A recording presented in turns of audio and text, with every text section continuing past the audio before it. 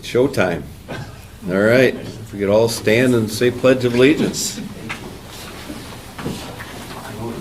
Pledge allegiance to the flag of the United States of America and to the republic for which it stands, one nation, under God, indivisible, with liberty and justice for all. Thank you, everyone, for joining us in our February 16th regular meeting. And we'll start off with our administrator's report on agenda posting and notification of the meeting to the media. Okay. The agenda was posted at Three Lakes School, Sugar Camp School, and the town of Sugar Camp, the town of Three Lakes by email, and the town of Monaco by email. Media notified via email included the Vilas County News, Northwoods River News, WRJO News, WXPR Radio, and WACD WATK Radio. Very good, thank you for that. Moving on to amendments and approval of agenda. Any amendments? The agenda was amended prior to the meeting. Okay, all right, so we are good to go. If I could seek a motion to approve tonight's agenda. So moved. Second. All right, motion by Terry, second by Stacy. Any other questions, comments? Hearing none. All those in favor signify by stating aye. Aye. Aye. Opposed? None heard. Motion passes 5-0. And Colette is joining us tonight via the telephone. All right, let's move on to approving minutes, the January 25th, 2022 regular meeting. This is Colette. I make a motion that we approve the minutes as presented of the January 25th, 22 meeting. Second. All right, motion by Colette, second by Josh. Any other questions, comments, edits? Hearing none, let's seek approval. All those in favor signify by stating aye. Aye. Aye. Opposed? None heard. Motion passes 5-0.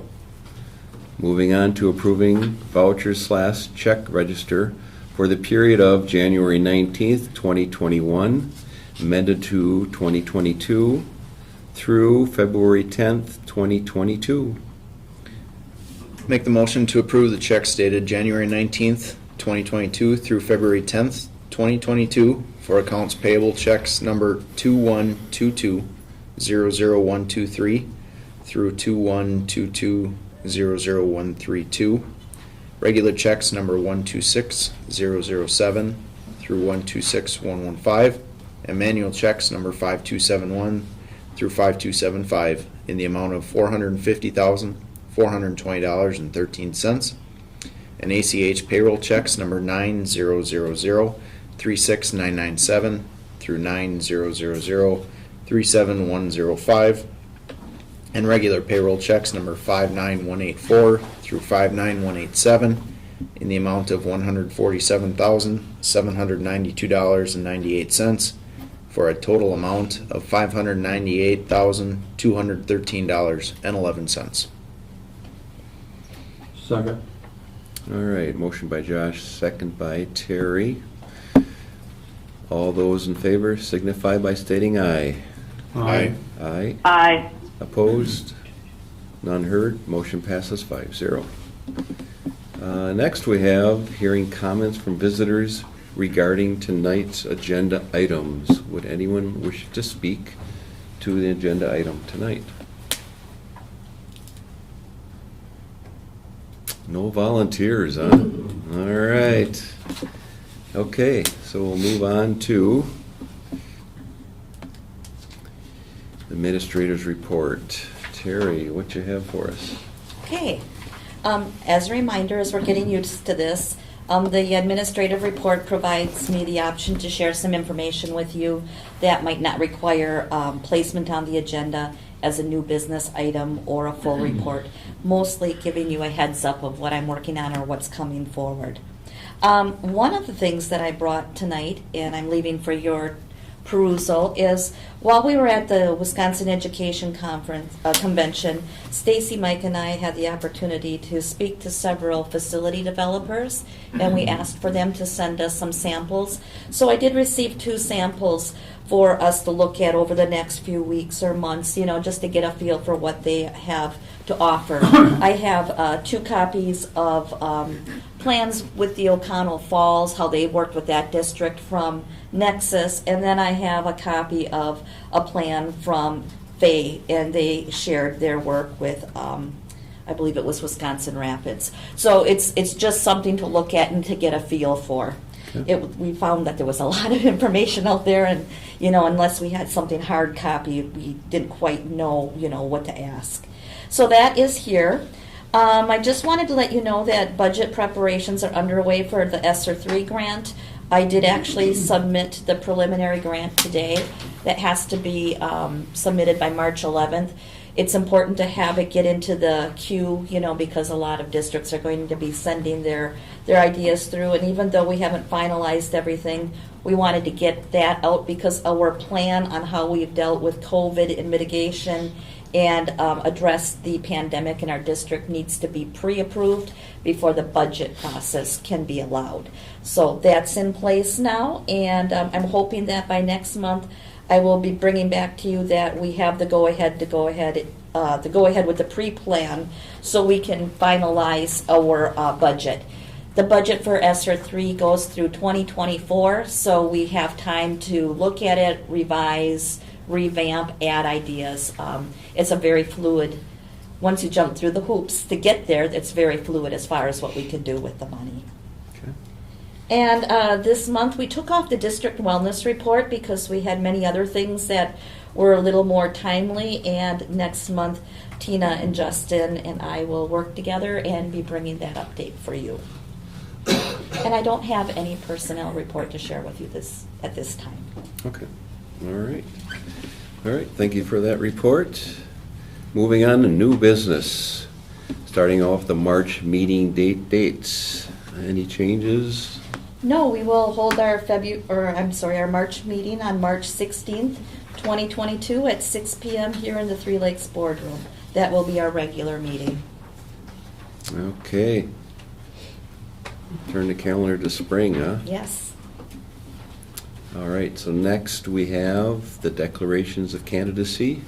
Last month, I mentioned this under my report. We wanted to formally go ahead and do the declarations of candidacy under new business. Declarations have been received from Terry McCluskey, Michelle Mutline, and Colette Sorgel for the upcoming spring election in April. Very good.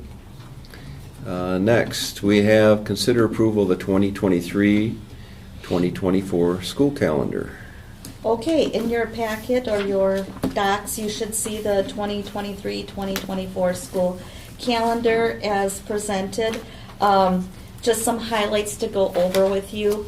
We really wanted to try to get back to a 2-year cycle so parents and families can plan out further with the needs that they have. So this calendar is very similar to the one we talked about last month for 22-23.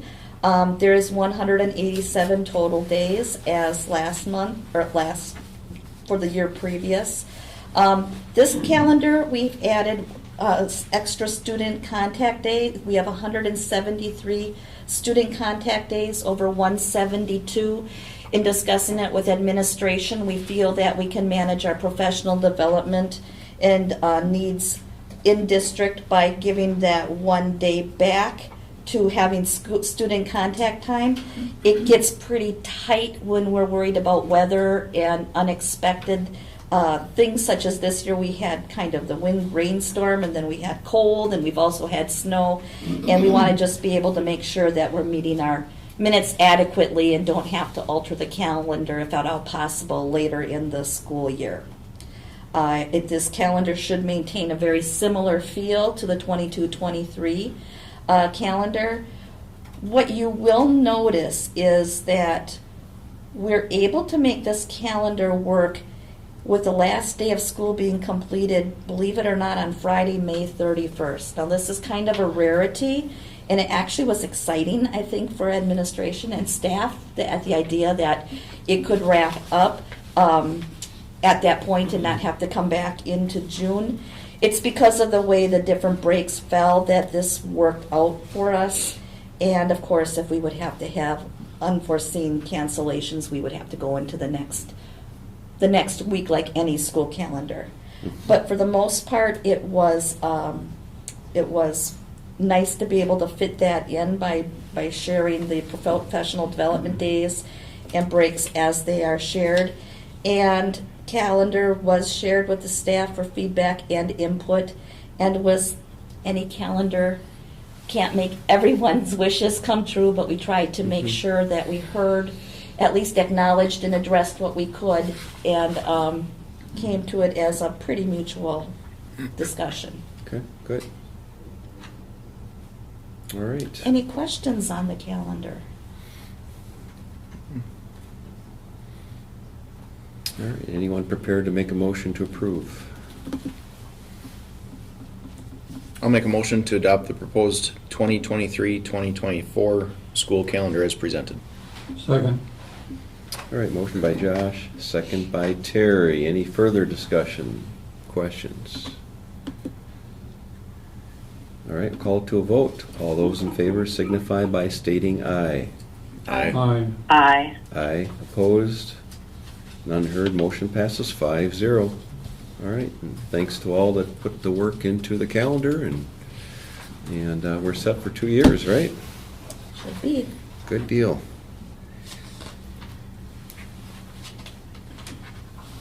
Next on the agenda, we have consider on-site COVID testing services expansion. Okay, last month when we were meeting, just literally hours before our board meeting, I was contacted by Oneida County Health asking if we at Three Lakes School District would consider expanding our services to the community on Tuesdays and Thursdays. If you recall, when the testing program was offered through the Department of Health, it was only for schools and school-related staff, students, personnel, those directly tied to the school district. And I think that what has happened is the learnings have been that it's difficult to get testing in some cases. The community is the school district, and the interactions, they cross paths. So they seem to have lessened that at the state, and they're asking school districts who have the ability to expand that programming.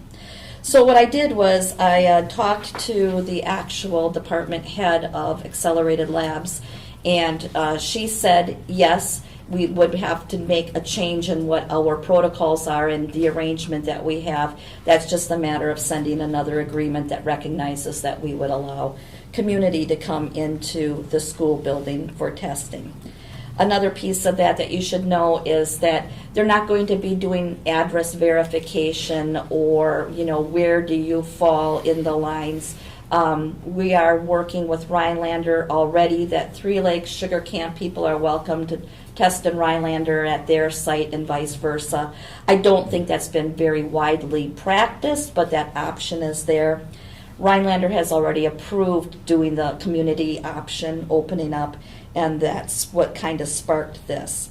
So then I went down and I talked to the gals who are actually doing the testing, and they said by no means would it be a problem. It would be very easy for them to open up the testing. In fact, they would welcome it because they feel bad once in a while. They feel they do get an occasional, well, maybe is it a district connection or not person, and they're not going to turn anyone away. They said that testing is very important in their viewpoint to keeping our schools healthy. So that is the kind of the background information there.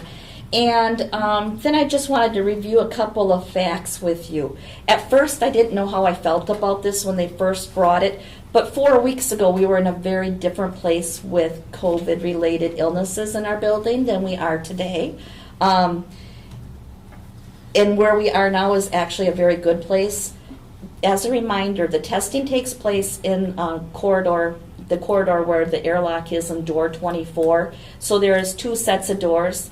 That makes it so there is no transmission or foot traffic moving from that area into the school building. All entrance and exit come through the outside door. So that would not increase outsiders, community folks coming into the building and going down. They would still use the same process. The accelerated lab testers feel that it would be very easy to manage. They also like the idea of being able to offer folks choices. Sometimes they do get a call that you could go to Three Lakes on this day or Rhinelander on that day. And I just think that we've done so much learning. I've come to rest on the point that if we can offer this as an expansion without it being a disruption to our process here, which it would not be, it's what a neighbor would do, and it's helping keep our entire community healthy. So my thinking has shifted from, like I said, 4 weeks ago, to where I was like, oh, I don't know if I want more folks coming in that are already sick, to, yeah, this is probably exactly what we should do. I wanted to bring it to you for your board discussion because when I brought the original idea to you back, I believe it was at the end of, or the middle of October, we talked very much about keeping it just to our students and staff, not having a big testing center and a flood of people. The testers and I both agree we don't foresee a lot of additional people coming in. Any questions from me? Has parking lot or traffic been an issue at all? Not or- at all. We don't park over here on Tuesdays and Thursdays. Everybody parks over there. But if we have 2 cars ever at the same time, because I can watch out the window, Sure. that's max. Okay. Yeah, it's a little bit busy at about that 7:30 time when people are trying to get in, and then there's a little bit more again at the end of the day. But generally, it's sporadic throughout the day. They did also tell me that they're capable of doing between 400 and 500 tests a day, and that generally if they hit between 20 and 30, that's what they're doing, so they have time. Is there any reason we'd want to entertain the idea of, making a certain block of time before students, students and families, that primary group that we started with, and then maybe the community be At other times. later or another time? I don't have an answer for you now, but I would certainly think that could be done. When we set up the guidelines and criteria with DHS and the vendor, that could be delineated. It'd be a little bit more in the communication piece, I'm thinking. Are you just thinking? Yeah, so it might not be, where, I wouldn't necessarily say, they'd be turned away, but just to try and get, if it's a matter of getting a kid to school or not to school, if they can get in and get the test done and get that Sure. process rolling, that it might be nice to just be able Preserve that to time. know you can get in there and get done. I think we could probably handle that very well with our communication, encouraging families or, staff to keep those early morning, probably that first half hour to hour in the morning, Mhm. and then opening it to community beyond that. That would all be sorted out before we released it to the information to the public. And again, if numbers aren't really an issue, then maybe that's not an issue either, but maybe if it proves to get congested, it might be something we want to think about. Well, it's something that we can easily watch and see how it's going, because every time there's testing, we get an updated report, so we see the numbers of folks coming through and such. And like I said, the ladies who are doing the testing have been really good with sharing information with us as to what they're seeing. So you're thinking, Josh, giving Terry the freedom to make that judgment, should it gets too busy, that might be a consideration to Yeah, that would communicate. That'd be fine with me. All right.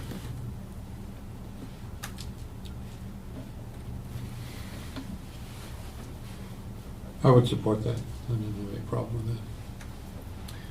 Okay, well, if anybody has any further questions, if not, consider taking a, I'll make a motion to extend the COVID-19 on-site testing services open to the community, with Second. Terry having the option to adjust the times as needed to assist the school.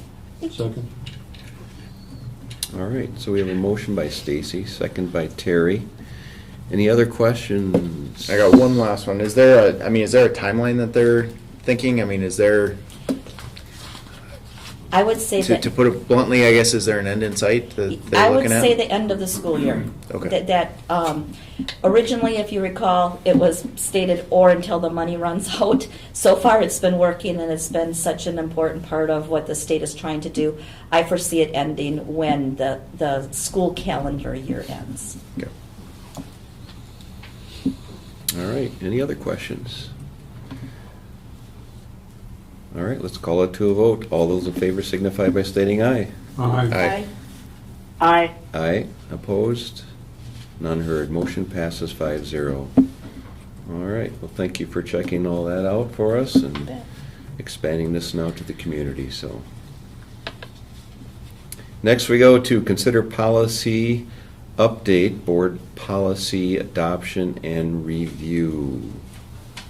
Let's start us off, Terry. Okay, I'll start you off with, currently our policy 1500 is stated legal functions, and it's a very short 3-paragraph policy, and I'm going to read it just so folks listening and maybe don't have it in front of them or, watch the video later know what it is. It says the Board of Education performs 3 major functions: policy making, approve contracts, and evaluation. Since the Board of Education exists only when its individual members are meeting together in legal session, it shall be the responsibility of the individual members of the board to refrain from giving opinion or promises which reflect on or bind the board in any manner. When possible, all public complaints or grievances are to be presented to the district administrator before being submitted to the board. If that is not possible, they should be submitted to the Board of Education in writing so that they can be placed on a future board agenda. The Board of Education delegates the responsibilities of carrying out the adopted school policies to the district administrator, who shall administer them in accordance with the board's intention. As you can see, it does give the statement here within policy that is giving me the authority, but there is no procedural attached to it. And in reviewing our policies and speaking with our advisor through the Policy Resource Guide and WASB, it is important to have a process in place. And there was many policies to choose from that they're already pre-approved. But I selected this one for your review today because it does follow a similar format to what we've been doing. It does still allow that authority to be with the district administrator. But it does also state that public who have an interest, could bring it to the district administrator to come to you. And then it gets a little bit more into how many readings do we want to have? And do you want it to be more of a strict policy that a policy comes and it's read once and approved, or is it read twice before approval, as well as the design of a committee structure? Many districts have a policy committee. Being a small board and the amount of time that policy work takes, and I can tell you it takes a lot of time, and it's not the most exciting work for some folks, so I think the captain would disagree. He kind of likes policy as I do. I thought that it would probably be most reasonable to look at the sample I have shared with you today to talk about tailoring it to us as a district and then going forward with that. Before I go any further, any initial questions or thoughts on that? This is really part of the big picture review of the entire policy that we have over all the years as a board put together. And as you've stated in here, they need to be reviewed from time to time, and it's time that we review them. And we do have now guidance from WASB. They offer a lot of sample policies to start off with, and this one here I would consider is like one of the first ones out of the chute, so to speak, to try to get us moving into reviewing all the policies that exist. And yeah, it is a big undertaking, there's no question about it. And so we'll take a little bit at a time, and eventually we'll get through the process in time to probably start over again, so it'll never go away. But it is important to do, and so. Yeah, Mike, I did the last review that's been done by WASB when I was the vice president.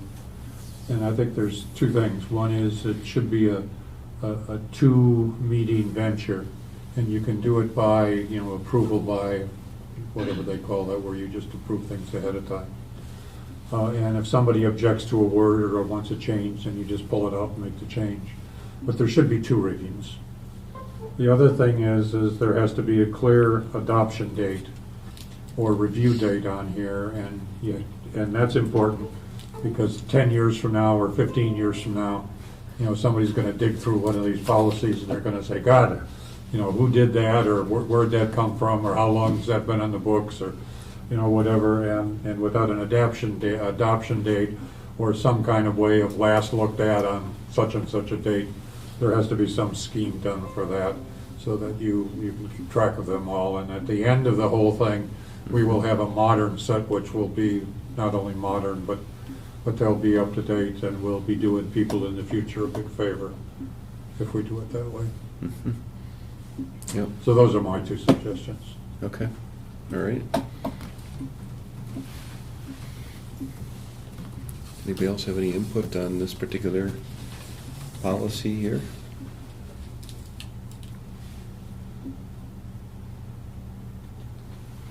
Just a couple of notes that I had, Terry, is the third paragraph talks exactly what Terry was talking about, is going to the two-step where it first comes up for review, input, and possible changes. And I guess I would agree to that, I guess, when possible. I guess I don't know that we should make it a shall, but it should, because there are times where we're going to have to make a decision on a particular matter without going through the two-step. And I guess, and then I'm thinking just when we went through the COVID experience, where we had to come up with a policy for just meeting and doing it remotely, and having to come up with something pretty quickly. Very quickly. Mm-hmm. So there are times where we don't have that option of taking those two steps. Okay. And I think we should allow us that flexibility so that when those times occur, and we don't know when they're going to happen, that we have that option. Okay. And the other thing I do like when we do a particular policy is make them concise and almost like bullet points, where it's quick and easy to follow and easy to read, and also search. That's one of the advantages that we have with board docs, so we can do searches pretty quickly. And I think having something that's quick to read and just as concise, I think, is important. So I guess those are my pieces of input that I had. And this here is kind of going to be this isn't the first new one, because we just passed one last month, Mm-hmm. but this does set the stage. So. And this is directly out of Policy Resource Guide tied to WASB, so the language is searchable. We could tailor it to our own, but if we would want to go searching theirs compared to ours, we'd be able to see side by side exactly what changes we made and how it would look. Mm-hmm.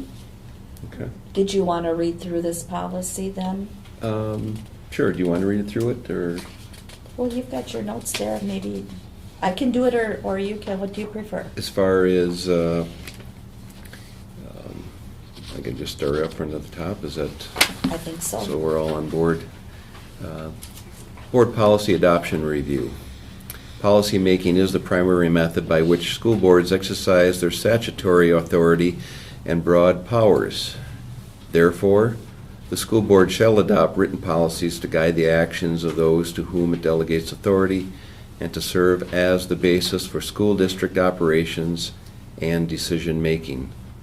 These policies shall be in line with the district's mission and goals and with applicable legal requirements. Board policies shall be organized according to a standard policy manual codification system. Policy changes or additions may be proposed by any board member, staff member, or community member through the district administrator. The district administrator shall review the policy proposals and consider their merit before making any recommendation that the board consider a proposal for possible adoption. The submission of a policy proposal does not guarantee consideration of the proposal by the full board. At any point in the policy review and adoption process, the board may make such amendments to proposed policies as the board deems necessary or appropriate. I'll continue the way it's read that's printed right now.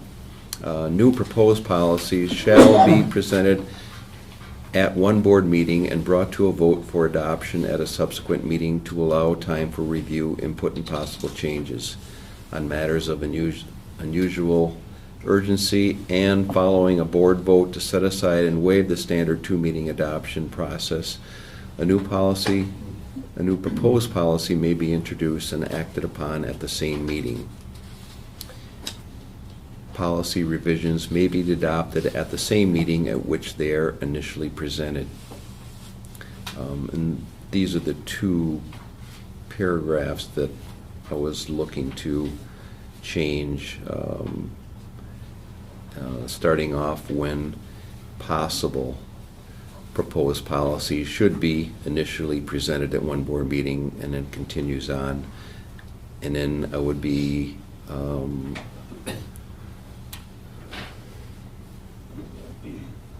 leaving everything else there.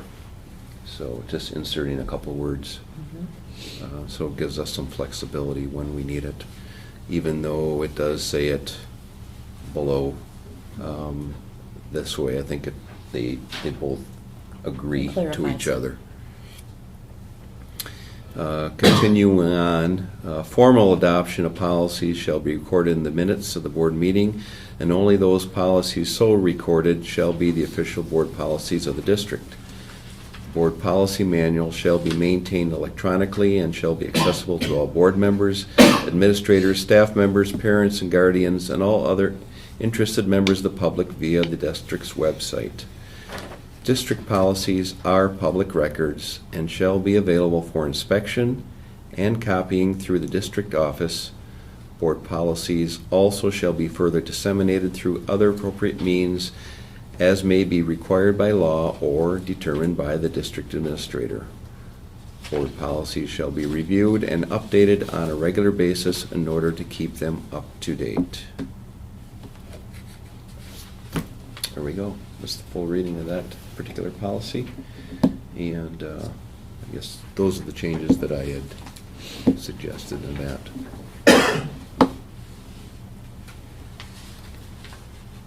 So at this point here, we'll bring this forward next month. Yep. And we're still open to changes, right? So if we need to make some changes at their next meeting. But this should constitute the first reading. Correct. In a two-reading process, this would be the first reading. Yep. And then next month, I'll bring the it. changes or modifications or the spirit or whatever needs to be done to it changed. Who is going to do the legal references to it? The legal references are already provided through WASB and Policy Resource Guide. So there are none for this one? Well, it does list the Wisconsin statutes, section 120.13. Oh, I see. Yep. And then there aren't cross-references. We can I insert see. those when they're appropriate. I see. The way it's Yeah. done here The way is it's a set. little cumbersome. It's just underneath, yep. Mhm. Got it. As far as your changes go, I mean, I think it covers, either way, I think would be fine. I mean, like you say, it does cover it in the second half if we need to bump it up. My question would be, if changes are made between meeting 1 and meeting 2, do we need to put in here that meeting 2 will cover any changes and vote will still proceed, or do we have to have yet another meeting after changes are made? I don't believe you'd need to. Okay. I can verify that with our council, but no, I believe that's what the purpose is. Then you can make those modifications, and if the full board is, or if the board is in Mhm. agreement, then we can make that change at that second reading. And that's how I read it. I'm Mhm. just going by how it, Right. people could take it that way if they possibly wanted, so I don't know if it's worth saying changes and vote will be at second. I'm not sure. Now, what ultimately will happen is there will be a couple of these, as you go through them, that will take more than 2 readings to get through, because they'll just Sure. have a lot of changes they'll need. Sure. And/or they'll be difficult to get the right wording and to set down the actual policy. And usually what happens with those, you just set those aside and put them to a committee. Well, we have a committee of 1 or 2, whatever, however we choose to do that. But some of them could drag out, is all I'm saying. But we would vote on whatever. We would vote on it, we would vote to drag it out. Right. Okay. Yeah. Okay. Okay. Very good. Okay. All right, so no action needed at this point here. This is just our first reading. It's the first reading. And so we'll bring it forward next month, and that would be then potential, well, it will be board action. Either we move it to following meeting, or we vote to approve it. Any other questions on that? All right, we're ready to go. Let's move on to the second Friday pupil membership count. Okay, I'm going to ask Margot to help with this if you have specific questions. If you look at the numbers, bottom line, our third Friday count in September did actually equal out to our second Friday count in January. There were some changes within the documentation of students and seats, but it still came out to the final number of 504. Yeah, the only thing I would probably point out is, even though it came out to 504 bodies that are our residents, and that's what this is all about, is doing a head count, first of all, of bodies that are sitting in the classroom, and then subtracting out your open enrollment in and adding in your open enrollment out, and then coming up with a full-time equivalency, which is used in the revenue limit worksheet as part of the 3-year rolling average. So what can happen, even though we have the exact same number of resident students, the FTE changes because your early childhood kids are counted as half of a person, basically, and your 4K 437-hour children are also counted as half a person, and your regular 4K kids are counted as 6/10 of a person. So depending on what grades the numbers shift around, and your FTE can change. So in this case, our resident bodies are at 504, but our FTE actually went down 1.9 because of the changes for the most part in early childhood and the 4K and the regular 4K. And just like I say, the switches in the different grades. Sure. Yeah. Because there were actually, I was kind of highlighting them before I came tonight, and there were 1, 2, 3, 4, 5, 6, 7, 8 different grades where actually the number changed. But the FTE, I say all in all, stayed real close, and the actual body count stayed exactly the same. Mhm. All right. Anybody have any questions for Margot or Terry on that?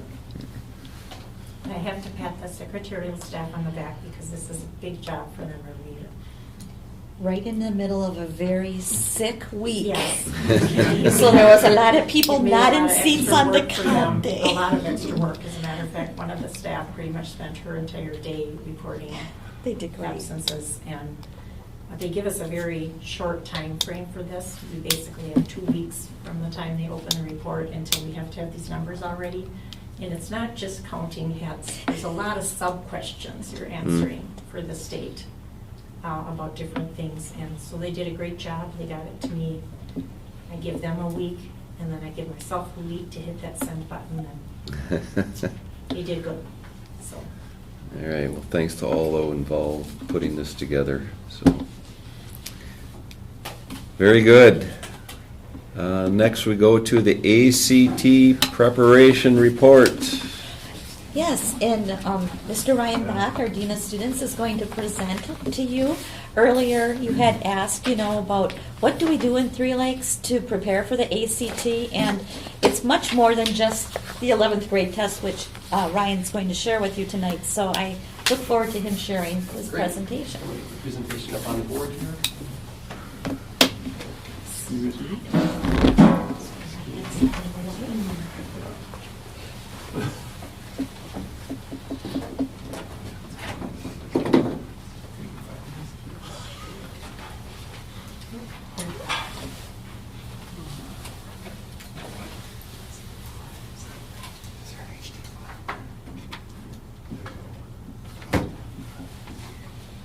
All right.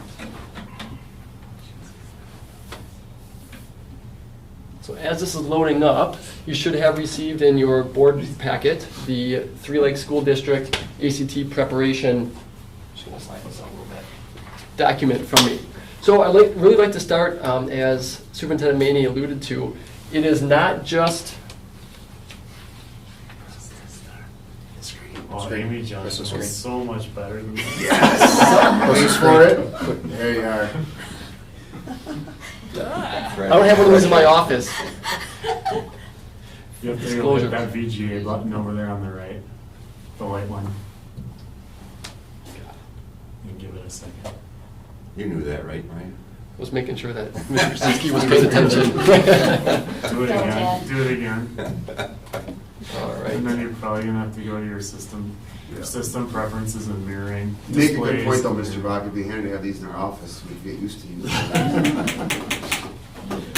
Apple, system preferences.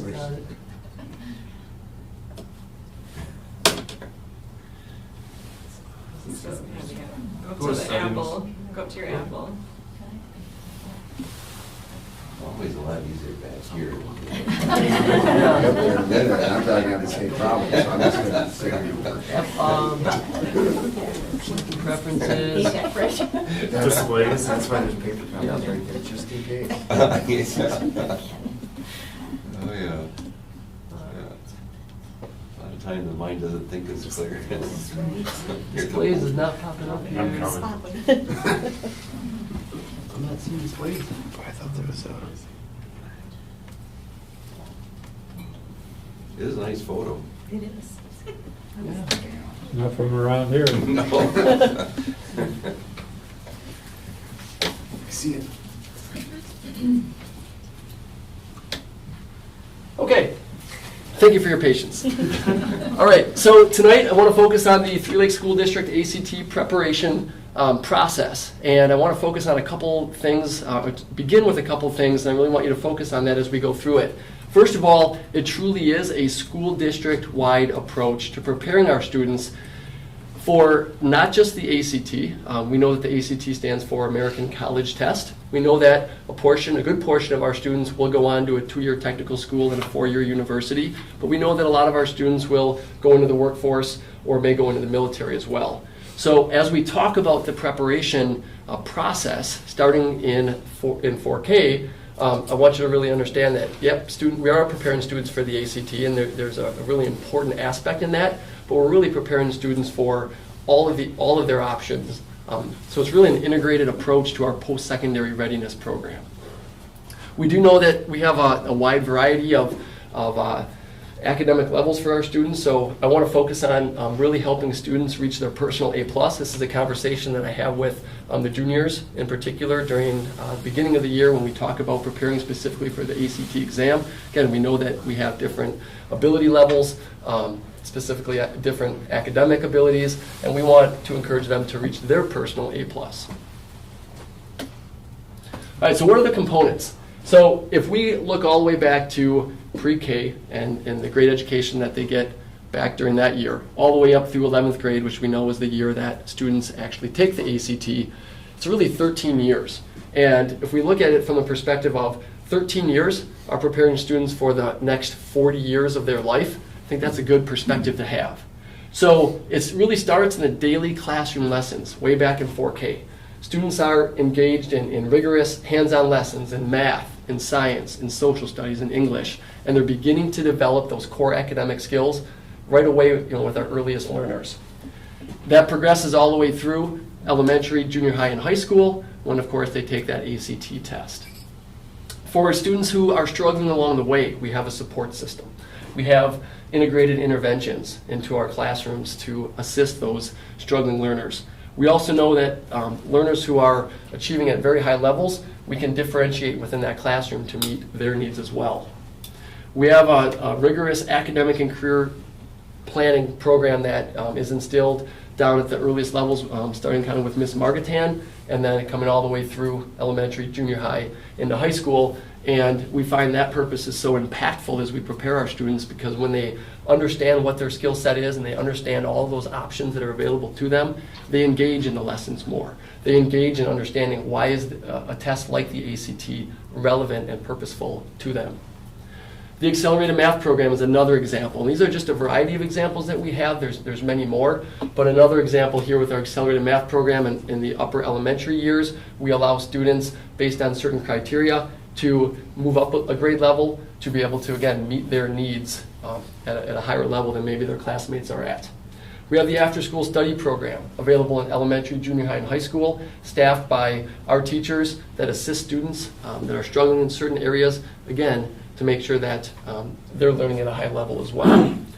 We have a Start College Now program for high school students, for students starting their junior year who want to take college-level classes. Again, increased rigor, increased opportunity there for students to engage in high-level academic programs.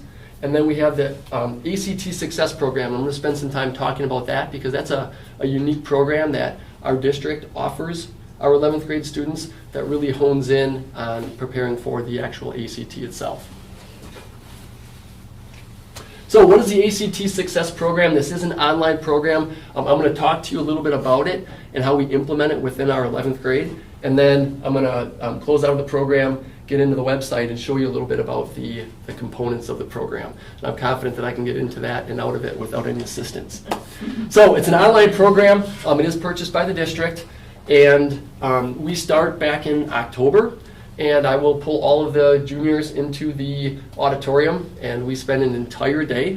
When I talk to the juniors, it's an action-packed day of ACT preparation. So we really start by talking about what is the purpose of the ACT exam, how is it relevant to everyone. Again, a lot of people think, oh, ACT, American College Test, if I'm not going to college, Mr. Bach, why am I in here? I really should be somewhere else.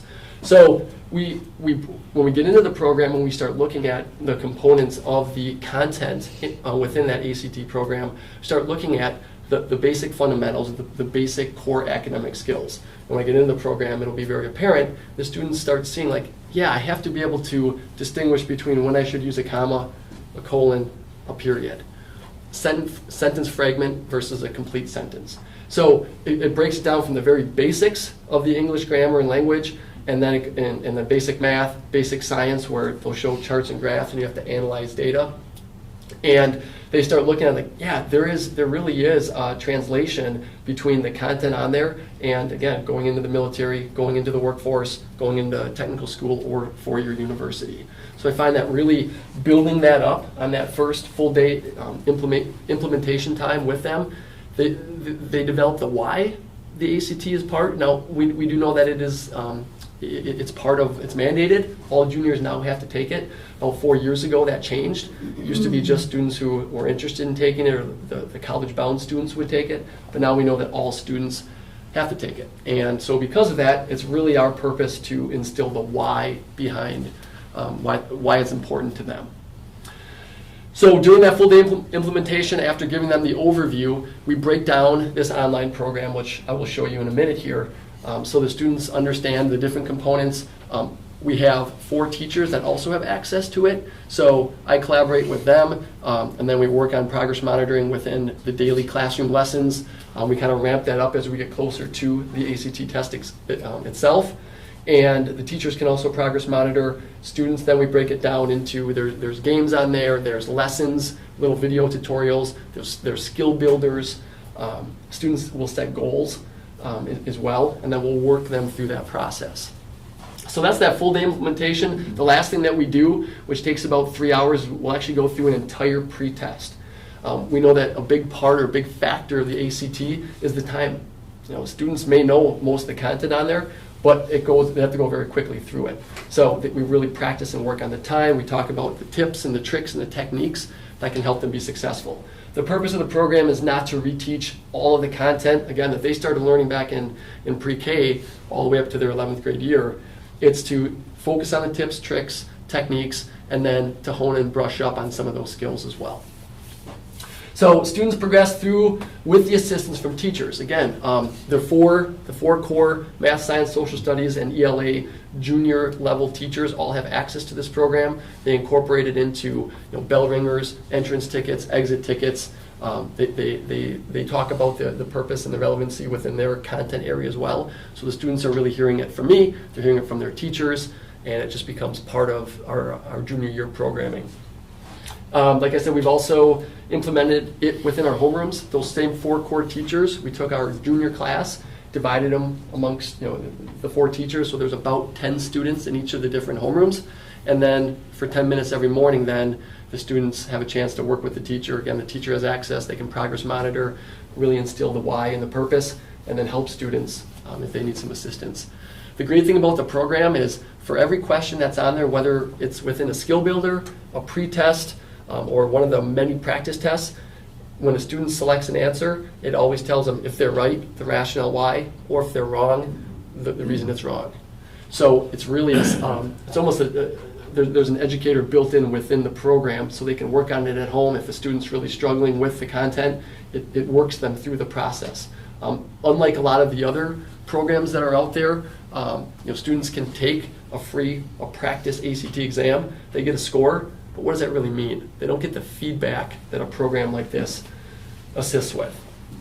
And then we have on March 1st, which is exactly 1 week prior to the actual ACT, we have a date scheduled in the auditorium again. Be action-packed. We'll go through some of the review with them. Prior to that event, I'll do the progress monitoring to see where some of the strengths and the weaknesses, and then focus on those weaknesses. During that day, we also have an interpreter coming in to work with our students. All of our juniors took the ASVAB exam, and that interpreter is going to come in and talk to them about the results of the ASVAB exam, which some of the components on the ASVAB exam kind of mirror and parallel some of the content on the ACT, so they'll also be able to get some good feedback on some of their weaknesses to hone up on in that last week leading up to the ACT, which is March 8th. I'm going to close out of this real quickly and Quick go question to... on that, Brian. Yes, sir. There's more opportunities to take the test, right? There are, yes. Okay. We have some students who have taken the actual ACT exam. We also, within this program, there are 5 or 6 different practice tests. So the different questions, so students can take that within the program. Okay. And like I said, we have had students go to other proctor sites to take the exam as well. So you're gearing up more for the group for the March testing Correct. Okay. Yeah, we have a very small percentage of students who will take the actual test prior to March 8th. Most students will get their results from that and then schedule another test after that. Got it. Okay. Yeah. All right, so this is the program itself. On the home page, so this is what the students see, and this is what the teachers see. And we also have access to all of the students' results. We can go there, obviously, because of confidentiality. I won't pull up that page, but you can progress monitor every student in the junior class, see their strengths, weaknesses. They can rate themselves on the confidence level within different content areas and the content within those subject areas. You can see up here, we know March 8th is the ACT date. There's 20 days, so that's just an indicator for the students. How much time do I have left to prepare? Obviously, some of this data isn't there because I haven't gone through and completed the program, but students are able to put together a study program. This is something, or study plan. This is something that we've worked out with the students starting back in October. If they were to progress two of the, one lesson paired with one skill builder, they would be able to get through the entire program throughout the course of the year. And most of the students are on track to complete that. So, yeah. So again, it's a collaborative effect. I haven't heard any of this, so I'm like, I can't wait to talk to Russell tonight. And he's hoping you don't. So yeah, in a perfect world, all that would be done at home. We understand that students are incredibly busy with with co-curriculars, with the homework that they have going on here, with work, all those extra things. So we try to provide some time during the school day. Homeroom is a perfect example. We encourage students during study hall, if they're done with their regular classroom assignments, within a class period, if they get done with the homework that was assigned and they have a few extra minutes. When I show you here in a second, the lessons in the skill builders, they really only take about 5 minutes a piece. So it's not anything where a student needs to sit down for 30, 40 minutes and really engage for a long time. They're incrementally designed for the students to progress through it pretty quickly. All right, there is a game center which show you, so some students they look at the lessons or the skill builders like, oh, that's really tough, but let me get after one of these games. And so for students who engage better with these type of activities, we know how tech savvy our students are. These type of games can engage some of the students at a higher level than some of the other things. So of course we encourage this. This isn't something that we do necessarily in the classroom, but this is an extra component that I know for some students, it gets them going a little bit more. What we've been focusing on during the homerooms and in the classroom, first of all, I'll go back to the first date back in October. I spent time going over the ACT overview, setting that personal A+ goal, and doing the pre-test. We also spent time going through some of these lessons, but this is what our teachers right now are going through with the student. So within each of the content areas, so it's divided by chapter into chapters, and each chapter then has a respective content area. Each of the videos then, or the small mini lessons that are in here, have a skill builder that's attached to it. So they can watch that lesson, they can refresh their memory. So if I look down here, so again, the commas, dashes, semicolons, colons, apostrophes, parentheses. I remember learning those back in English, but I can't, I want to brush up on those skills a little bit.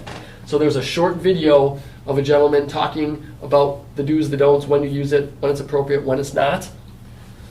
And it progresses through the ELA part, math, and of course this program is all designed specifically off the ACT. I mean, they've done their data, they've looked at previous tests, and everything they focus on is ACT related. But going back to what I kind of started talking about, if you look down through here, most of the content on here is applicable, again, whether you're going to college or not, military, career readiness, community readiness, technical school, four-year university, all of this information is applicable to a well-rounded graduate for us. So that's really, what I focus on with them a lot is it's not just preparing for the ACT, skills that we use in our daily lives regardless of our path. So it goes into the math skills, and then reading test, science test, and the writing test. So there's some lessons that address each of the different parts that they're going to see on the ACT itself. There are some flashcards, again, that for some students this works really well. There's 410 flashcards that are based off of the lessons. So as students go through the lessons and they're brushing up on things, they can click on the flashcards, and it progresses through, again, different tips, tricks, techniques that they're going to need to know to brush up on for the ACT. And then the skill builders. These are items, again, we want them to do at least one lesson and one skill builder bare minimum per day. And you can see there's 6 questions that start, or that are connected to the apostrophe. Apostrophe number 2 section, there's 8, 12, 6, 9. So the questions are pretty, or the sections are pretty short. I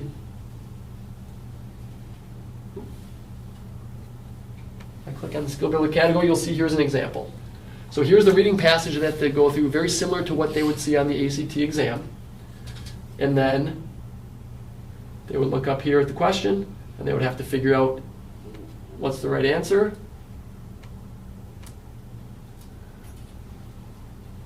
Okay, it was incorrect. And then once they can scroll down here to find out again. So they don't need a teacher telling them why it was incorrect.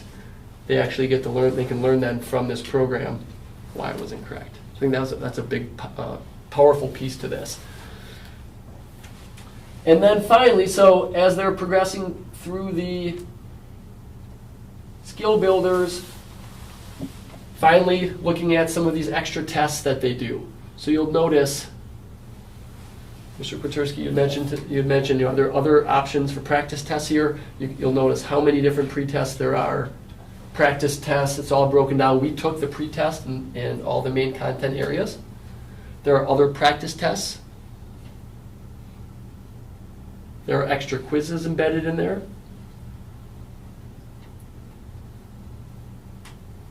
Okay, so there are a lot of extra assessments that students can take, and again, these are things that our teachers are incorporating into the lessons where applicable. Any questions on the ACT program, on this component itself, the online portion? Yes, sir. Do you think most students actually get through the complete Not program? through all of it.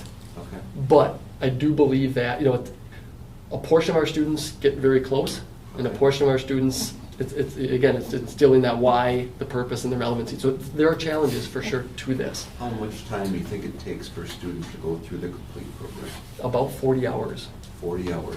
But if we start back in October and break it down to March, Okay. and we incorporate a little bit, that 10 minutes during homeroom, it's a little more attainable. And is it on the student to basically get themselves as close to the end of the program as possible? Correct. We can't, like anything else, we can't force them to do it, but again, if we can continue to build the relevancy, the purpose, the why, Yep. and then we can infuse it into the lessons, again, where applicable, we can give them some time during homeroom.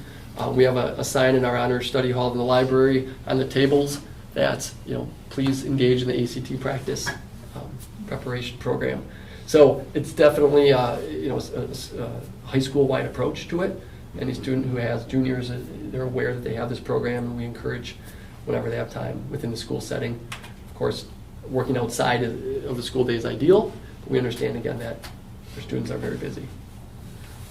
And how long have we been using this? This is our 5th year. 5th year? Yep. Okay. So in the past, I recall we actually did it was basically a remote teacher, person presenting information. Students were gathered in a classroom area after school, and they would basically focus on test preparation and things that they felt was important. This was done by a firm that specialized in helping students improve their scores in ACT. Mm-hmm. The advantage I see with this, we know students are busy. As they can do this, they don't have to be in that classroom for this 2-week period, I think is what it was years ago. So they can do it when they can fit it into their schedule. Correct. We give them just a good chunk of the school year. We incorporate it into the school day a little bit, but they have access. And like I said, students who are highly motivated, they'll hit the ground running and they'll get through most of the program. For the students that aren't, again, we try to encourage them all along the way, but there's the self-teaching, all that data, all that information is there. They don't need someone to give it to them. I feel that's a powerful piece to that. Mm-hmm. And are the parents, oh. Please say no, please say no, please say no. You know, and I don't want to put Stacy on the spot, but Yep. I'm just thinking, how much of this do the parents actually know and are involved in the process? Yep. So it is something that we communicate. You know, it's something that we try to get out to the parents to let them know. We are meeting with all the juniors. You know, it is something in the auditorium. You know, we get together, but yeah, it's something that we can continue to do more of. We have put it in our Blue Jay Buzz. Do I want to answer? I have a junior right now too. I mean, I could answer how it feels both ways. We put out information letting parents know that these things are happening, but as a parent, I haven't seen this ever. And I also don't know my kid's score. Well, mine came home and told me how he did on the prep, but that was the extent of it. So they're doing a lot on their own. We've informed parents that so I'm kind of like splitting my brain here. Told them a little bit, what we do, but I feel like as a parent, I really don't know the specifics. There's my two sides. Sure. Yeah. Okay. Right, I knew he took the test, I knew he was Yeah. taking the test. I didn't know that he could be working on things to do better than test. I can that's hardly good. wait to go home and talk to him. Good parental feedback. We will get it out. We'll work on getting that out more to the juniors. Is that something you could maybe invite the parents in for the first session for the pretest? Absolutely. We can do that. Just think of some way of making, we would like all students to get through this as much as possible. And is there a way of them being accountable to someone? Yeah. The parents or staff member, who would that be? We've talked about assigning a grade to the assignments. I've met with the group, and that's it. We keep kind of going in circles. Is this something that we want to assign a grade to? Is this something that we've talked a little bit about extrinsic motivation, and Mr. Zeus and I came up with a plan. So their pretest score, their composite pretest score, if they increase that by 2, then we're going to do a pizza party for the junior class. So we're thinking maybe that would rev up a little, amp up a little bit of their participation. That's the $1 million question that we keep discussing as a staff. How do we engage students? My next slide is all about the challenges that we're facing. The reality is that our technical schools and four-year universities are not requiring the ACT anymore. There are some benefits. We talk about, of course, the scholarships. There are scholarships still tied to your ACT score. So it's definitely more challenging now. In the last 2 years, they haven't. And I've been receiving some mail today that next year, a lot of these schools are laxing off on that requirement again. Is that a COVID thing, or do you think it's a long-term? It originally started as a trend? COVID thing. Yeah, Yeah. because not all of the students could take that first test. We were able to get it in, but nationwide, it was a challenge. So are they looking at your grades and and more of a resume then? correct grades, the essay that goes along with it. So yeah, definitely a challenge. So it adds one more. Before, every institution required it, whether it was a 2-year or 4-year university, there was a little more skin in the game, so to speak, for everybody. But You don't have to drive to get a license. You don't have to take the ACT. Yeah. College. yes, You just show up, right? Ryan, I can comment too, because please do. Callie's a junior, and I know she's been working on this, and she said in her English class, they've been taking some of the prep tests, things like that. She said she has been working on some of those things in her study halls when she's finished, like the day when they just had the day off on Monday. She said she was working on some of those. Now, I don't know how much she's done in there, but I know she's been working in there. Good. So. It is always good to get student feedback at the end. That last day, we'll talk about that. What's working, what's not working? How do we improve the process as educators in the building, working with the students? Because it's about them, it's about their ACT scores. How can we help facilitate that process and improve it? And getting parents more involved all about that. So we'll work on getting that communication out and inviting them in, being part of the process, something that could be a good idea too. So to finish up here, we talked about a little bit about the challenges. It's about engaging all students, and again, really focusing on, this isn't just, when we're looking at the skills and the content of the ACT, it's not just for students who are going to college. Really looking at how do we engage all students, how do we really present the why. Why do you need to know when to use a comma, when to use a colon, when to use a semicolon, the basic math skills in there.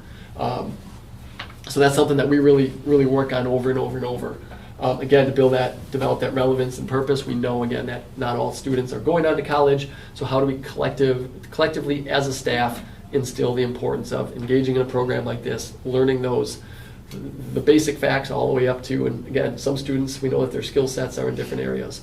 How do we use that 13 years from pre-K through 11th grade to prepare them for the 40 years, whatever their pathway is. And we talk a little bit about the school report card too. We know that the data from the ACT exam does go into that school report card, so a little bit of school pride.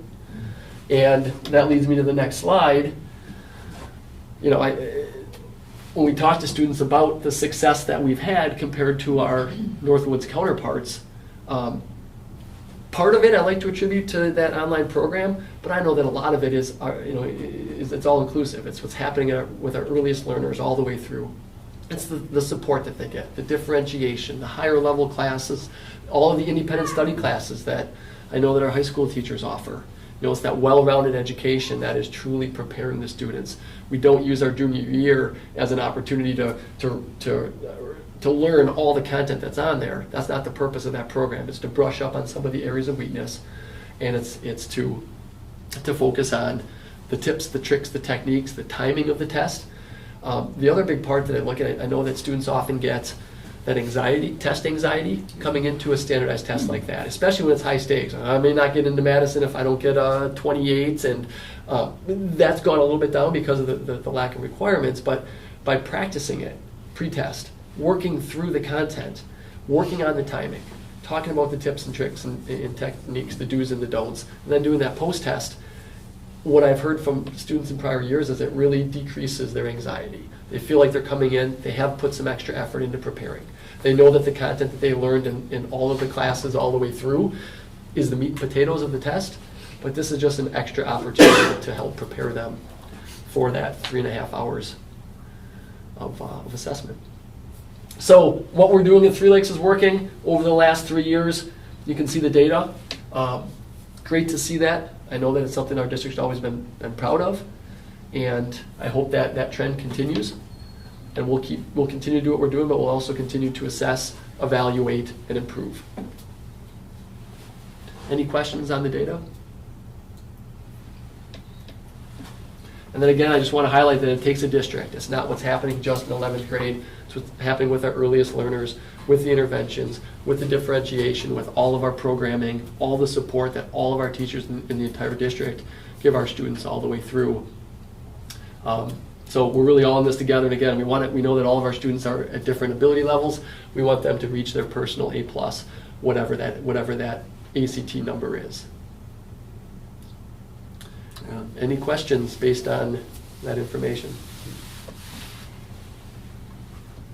I'd like to compliment you and all the staff that were involved in putting this together, because I think it's definitely better than what we had in years past.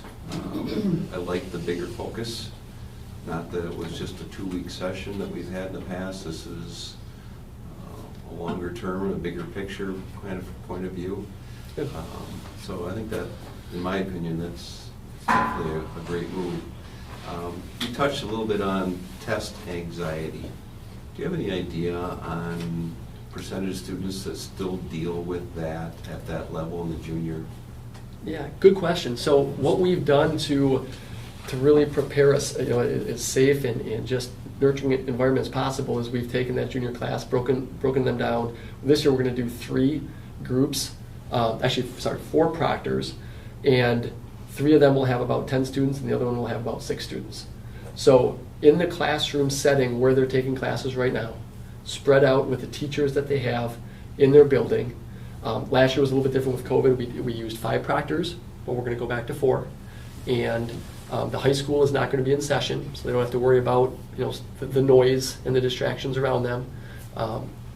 And so I think by having the test in the classroom they're comfortable with a teacher they're familiar with, in a small setting, also just decreases that anxiety. So I'm not naive to say there isn't any, but it does seem like the kids come in with that reduced, it's like, okay, we know where we're taking the test, we know what to expect on the test, we know who's proctoring the test. So I think we've done what we can do as a staff, as a school, to reduce as much of that anxiety as possible. So. Very good. All right. All right. Thank you. Thank you. Thank you. Great presentation. Thank you. I'll leave everything up and working for you, Mr. Please. Bruce. You can come right up and plug in.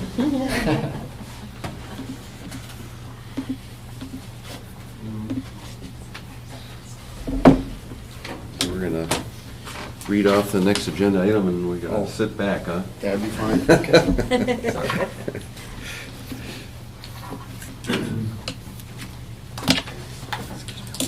My computer went to sleep.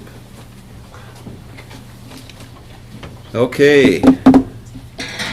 Next, we have the School Forest Highway Property Update Report. It's okay, Steve, how come that shows up there? It's the mirroring. You have to do the same thing. Yep. Want me to help you? Yes, please. He's not shy. I was hoping for a quick no, but I should be able to. It's the apple. Apple system preferences displays. Arrangement mirror.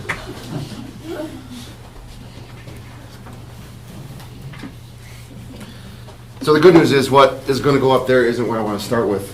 Anyway, today, or this afternoon, this evening, I want to give you a hopefully relatively quick update on the 3 facets, the 3 main phases of the school forest planning that we've talked about now for several months. And the main phases being academic, outdoor classroom planning, a trail system, and a trap range, right? For the board members, I gave you a relatively thick. Display is mirroring.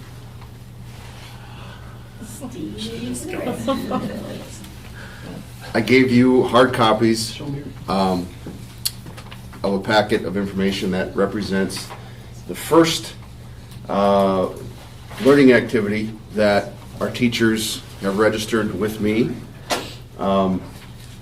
as what they would plan to do or what they hope to do for the first time they take a class out next year. Thank you, guys. Oops.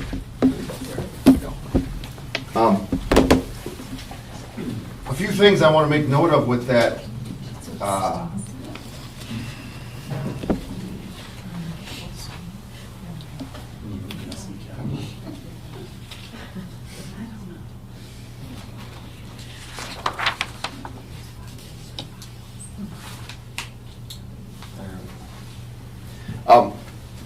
A few things that and by no means do I expect you, nor will I go through every page of this, but I did give you a copy so you can take a look at it. Some kind of exciting and cool things that our teachers are already geared up to do out at the property out here on Highway 8. But a few things that were really, I think, notable is I think all of our pre-K, the second grade crew are ready to head out there.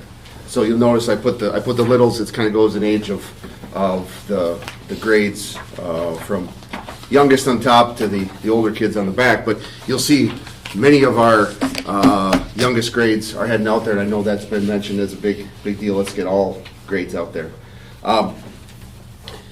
As you look through here, you will see that there are some trends as far as things that are pretty common needs out on the school forest. Pretty common things that thread from the pre-K to the 3-6 to the 7-8 and the high school.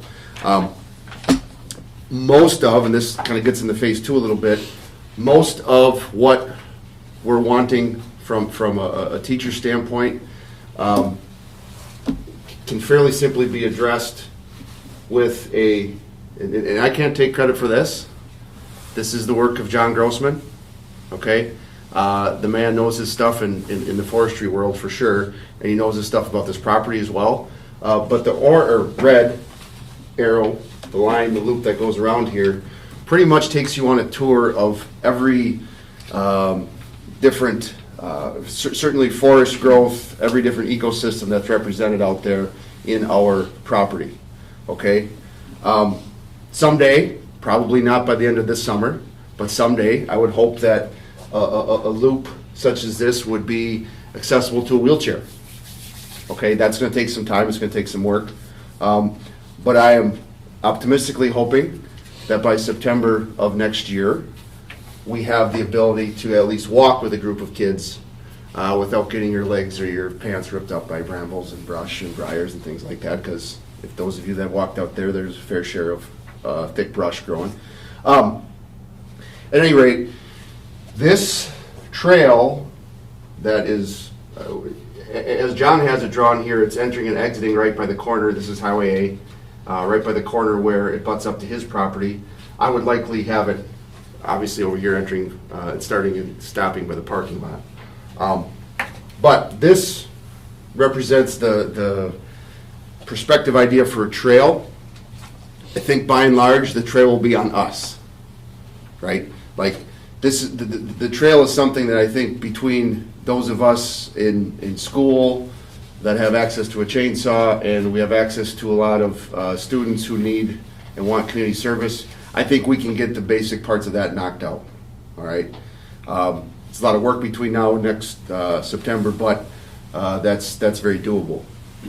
And as you page through, or if you want to page through and look at some of these at your leisure later, you'll see that this trail would give the access for our classes and teachers what they want to see, what they want to do for the most part when they're at the school forest. It was very interesting, and this worked out in our best interest, and I'll page through to a different view for you quick, a different picture. Same property, different look. When you look at, this is a rendition that Phil Kriesel has done for us from MSA of a proposed draft of what the first crack of development out there would look like. All right. Now, this driveway, he's been talking with the highway department. It may be okay there. It may be on the east end of the parking lot, depending on the curvature here and where they want to. There's some. That's not set in stone by any means. Actually, none of this is set in stone. This is all a proposal from their perspective. If we give it a green light, then they start working on buildable plans, and there's a whole 7-step process after that. That, again, a lot of things to do between now and next September. All right, but as you look at this, first glance, you go, oh my gosh, the trap range is taking up the whole chunk of property, right? Because here's our property boundary, right? I want to confirm for you, because I had the same question of Phil when I first saw this drawing. The area where trees would have to be cleared and where the ranges are built is the highlighted area here, okay? There are, shown on this drawing, a rendition of 4 trap shooting spots. We're going with 2, okay? And what he drew this with is so that we know if we ever wanted to get to a spot where we were hosting multi-team meets ever down in the future, and we wanted more than 2 stations, there's a possibility for that. The idea, or at least the proposal, is we would just start with the 2. A lot simpler that way. Okay, now, why are these big, huge arcs out here? That is the, in Phil's words, not mine, the very conservative safety measure as far as if a shotgun was fired here and a pellet caught a wind gust, could it possibly travel as far as this arc? Probably not. In fact, I would tell you, and if those of you that ever watched the kids shoot at the trap range out at Hiles, the pellets are all going to fall well within that highlighted area. Okay. All that being said, never would I advocate, and it's never been the plan, that we're having kids out here for learning activities at the same time where shooting's going on with our trap team, okay? Now, getting back to these plans and the suggestions that the teachers want for their first trip out there, only 10% of all these came at a time when the trap season is in session. Okay, that was completely by, I didn't say you can't pick these months. I asked them for what months they would ideally like to use for their activities. Only 10% came in the months of March and April when a bulk of our trap is shot as far as the practices and the competition. So that works out well, right? All that being said, trap practice happens at the end of the school day in the afternoon into the evening. Sometimes it's pretty close to dark by the time they're done shooting. That's not when we need to be out there with our classes anyway, but just as a point of reference, it works out pretty well that there's, because I'm sure for some of our activities, teachers are going to be out there the night before, getting things set up and whatever. Okay, so back to the proposal or the drawing, a rendition of what it would look like to start with. Obviously, parking lot, that's a very important thing. If we're going to have to start, obviously we've got to take buses out there, right? Parking lot, there's an idea that we'd have a little, maybe a small little shed, something for storage, because looking at some of these, there's going to be some equipment that we're going to want to keep out there probably for access. If nothing else, things to tend to fire pit, because there's a lot of campfire mentions in the plans from the educators. This is a little bit gray. Phil listed as a 30 by 60 pavilion. We talked about a cement pad with a roof over the top for inclement weather and some picnic tables in there for a starter. That could be more, that could be less. That's sort of up in the air as far as fundraising abilities and things like that. We've got a lot of folks who have talked a lot about wanting to commit donations of services, of materials, so they're I don't have a really solid, like I can't put a picture up and say, this is what it's going to look like, okay? But the idea is right about there is where we would have our jumping off spot for our outdoor classroom. All right, porta potty pads, as many of our teachers so adequately indicate, we're going to have some restrooms, of course. And all total, the spot where we would need to clear out trees totals about 3.5 acres, so it would be a permitting process through the DNR. All right, from the interactions we've had with the DNR so far, they have no problem with anything that's going on out here. They've done a couple complete wetland surveys, things like that. So that's good news. As I look at this, and for those of you that were out there for our little spin around the place at the board meeting, was that November?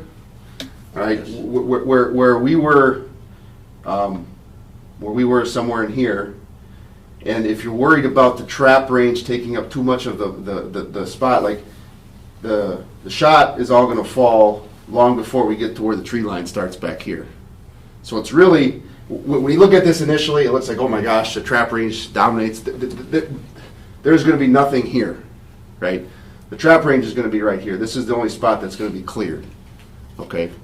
The drawing represents the maximum requirement by, and I don't know if it's NRA guidelines, whatever the rules, the code is with regards to sketching it up for safety measures. But again, thank you for explaining this, because I was having trouble picturing the scale. Yeah. So was I when I first got it, and that's why I asked Phil to color in the spots where we're talking about in terms of shots falling and the actual part of the range. So, and obviously the clearing for the parking lot, that's got to happen too, right? Yeah. So I appreciate you explaining it all. That it was very difficult, Yeah. to get scale and also to understand exactly where it was, because there was so much going on when we went to visit the land. Thank you. You bet. Questions? Our current driveway that we have on there, Justin. Yep. It's further to the right. Yep. Okay. And I think, if I had to guess, that's where it will stay. I think. This rendition here, in my mind, is further west than our current I won't call it really a parking lot, it's a semi-clearing. Yeah. There's not much there really to speak other than a driveway, just so we can get off Right. the highway.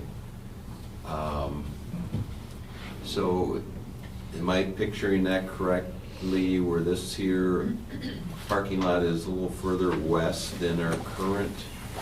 You can almost, I think this was actually done prior to the clearing, Yeah. but I would say that the current is probably, you think it's this far back? I think it's right in here, yeah. I would agree with you, Josh. Gotcha. Yeah. So what are the advantages, I guess, having at this location versus further east on that parcel? The reason, I asked a similar question, and the reason they went with this is because this had the least amount of chance of having to clear old growth trees. Or, I should say old growth. The established trees. Trees, yeah, because most of that is planted white pine and such. Yeah. Yeah, Mike, that was a thought I actually had too, is more, what if we flip this way? Because I believe that this was all young too and hitting it on this correct. side, Right. possibly. And I actually was thinking that it would be perhaps even diagonal, where it wouldn't necessarily have to be perfectly perpendicular to the highway there. Which way would, in terms of your diagonal twist, are you talking about to the, It would back to turn the west? counterclockwise, Yeah. right, exactly. That, I mean, and again, obviously there is a reason that he proposed it this way, and I guess I'm just trying to hear. Well, and there's a reason What- why he threw it to us for consumption here, to make suggestions, for Yeah. sure. And I like that first screenshot that you showed of that trail, 'cause I love that layout. Yep. And how does that fit with, if that was superimposed over the top of that trail? Again, those were put together by John. Yes. Who identified certain interesting Yes, features of the yes. land and such. And the arrows, at least, they're not exactly the scale of each other, but the arrows, from what I see, aren't going through the main part where the shooting range is, which is a good thing.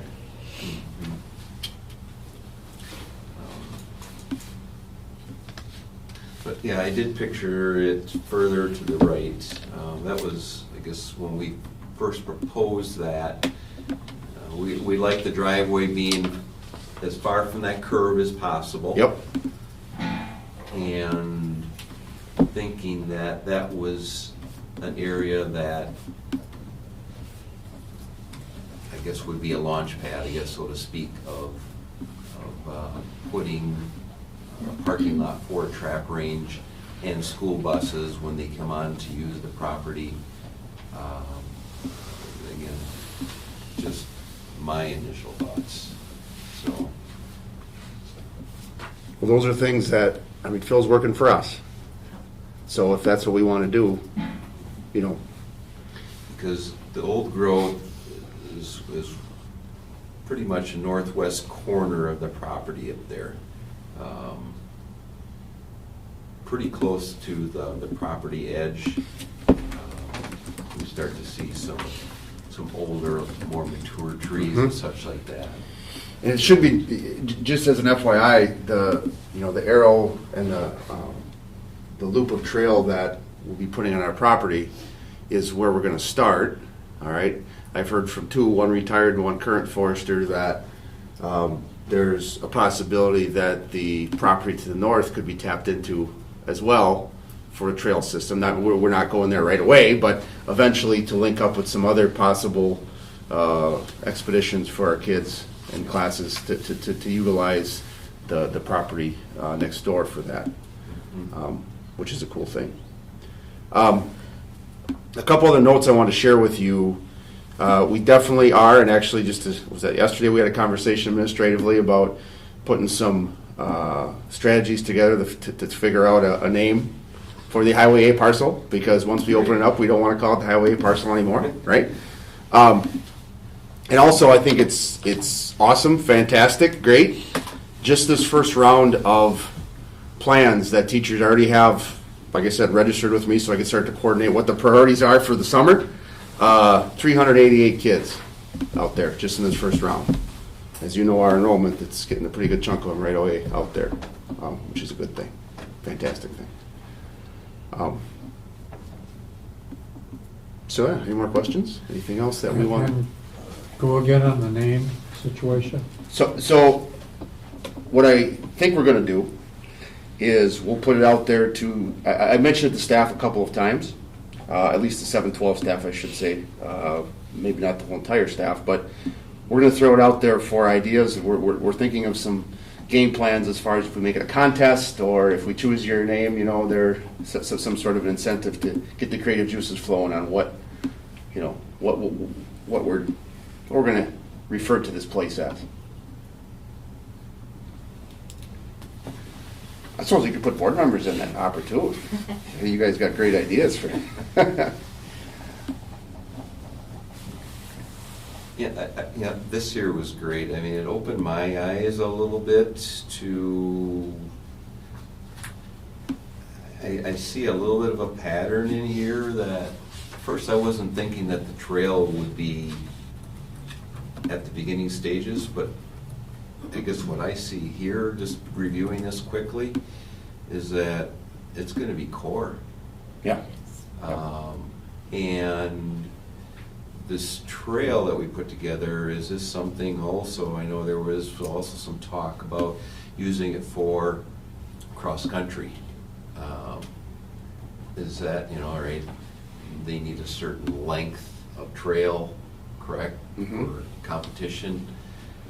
Is that something we get some input with them at the same time that we put this proposed trail system together? And, again, they have their own ideal situations where, those that come as a spectator to watch a cross-country event, they don't want to just see them at the beginning, at the end. They want to see vantage points along the way. Is that something too that could be incorporated into that? So, just a couple of quick thoughts that I had on that, Justin.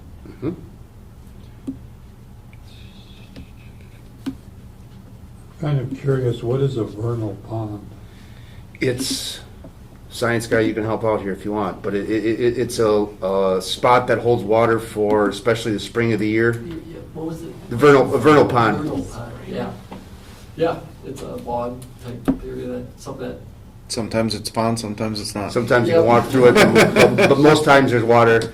Unless it's a real dry year, there's water standing there. Yeah. Ephemeral. You know the way to look at it. Wow. Big words. Nice. You got your vocabulary lesson for the day. Yeah. Mr. Bach, courtesy of Mr. Bach, the science guy back there. So as far as next steps are concerned, once Phil gets the green light that this sort of setup is what we're looking for, then they get to work on really getting into the specific design, right, of things like spec sheets and whatever. So this would be something we could start to put out for bid. We could start to, maybe collect donations, or, all of this has to happen before we get to number 7, and that's construction of the project. So it's actually a fairly tight timeline. We're talking about wanting to be utilizing it by September, right? I think. What Phil's saying is we should probably get after it. There's a lot of the initial contacts have already been made as far as permits and things like that. As I indicated earlier, the land disturbance, because it's greater than an acre, would have to get a permit from the DNR, but initial thoughts are that won't be a problem at all. But the MSA would take care of all of that. We have to worry about none of that. They take care of those parts. but. So it looks like you've done a good job in talking with the consultant to make sure that he knows the uses that we're doing for the actual parcel, and that they're thinking of all of that, not just the shooting range, correct? Yeah, that's absolutely correct, yes. Yeah. So big picture thinking here, if we're thinking of having something, at least the trail out there for fall of next year, Yep. we should be as a, I guess, a board, I guess, approving a site plan somewheres no later than May, I would assume. It would be great if we could get out there and have some of these proposed locations staked out or something like that, so we could kind of take a peek at that. And then before that, if we could see this with the trail system and then getting input from other parties, potentially cross-country, and if anybody, any other board members have any other things that we should be looking at?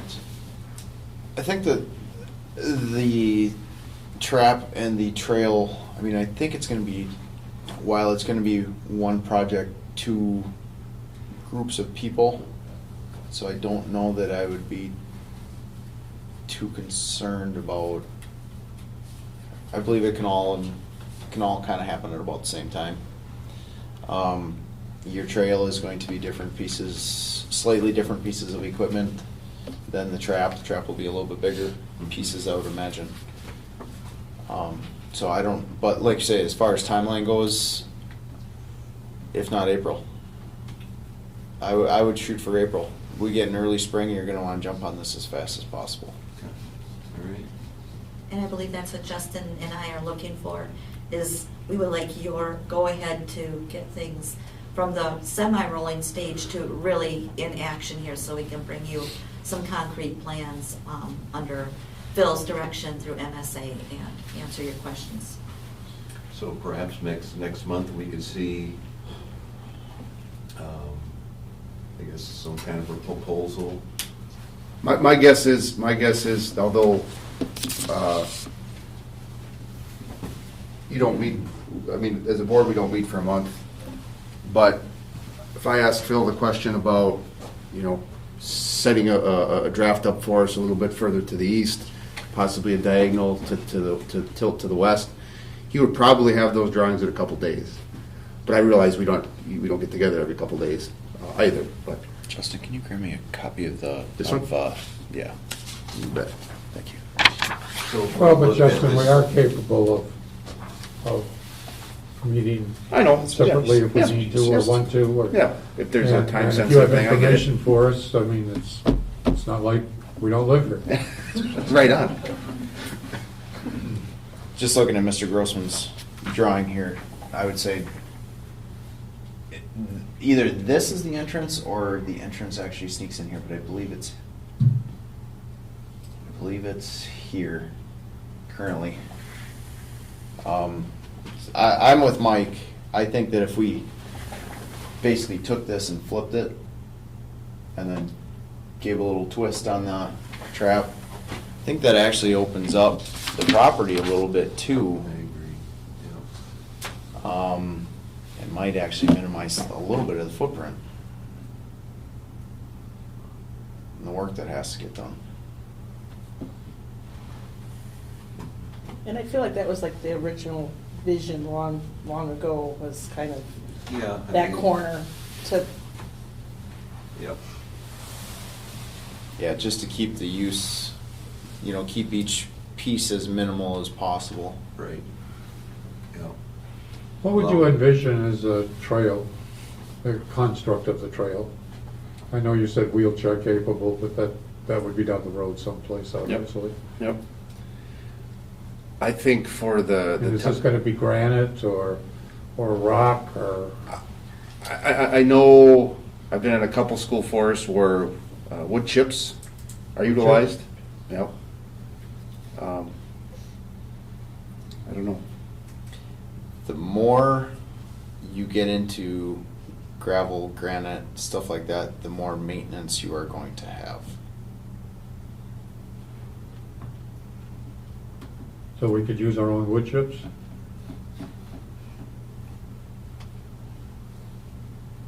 I don't know that we would have enough material from the tree. I mean, we're not gonna need to take a lot of trees down for this trail, I don't think. Because we can be kind of meandering with it, you know, but, there's places we can find wood chips. Yeah. Of course, they all disappear in a year or two too, so. Right. Yeah. Right. How many up at Lakeland, what was it, what did they have? It was wood chips for the main parts of it, but then the satellite was just, You just walked. Yep. That's what I envision Yep.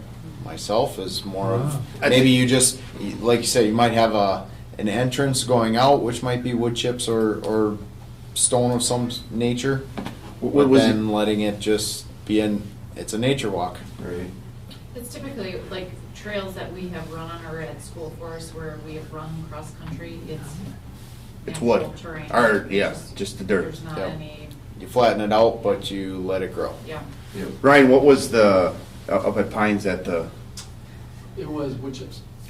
the whole entire system was covered in wood chips? Yes. Now, did they just doctor that up because they're hosting a big It was event? fresh. Yeah. And there was very recent logging. So I'm not sure if they looked at it was, cost Yeah. efficient to do that versus hauling things away, but they did have wood chips.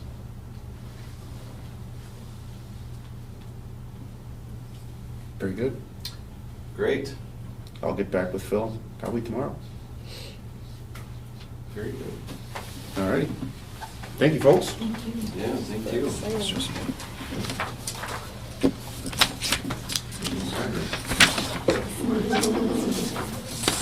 And Justin, Yes, sir. I think it's rather sooner than later. Yep. I'm with you. Thank you. Did you get it?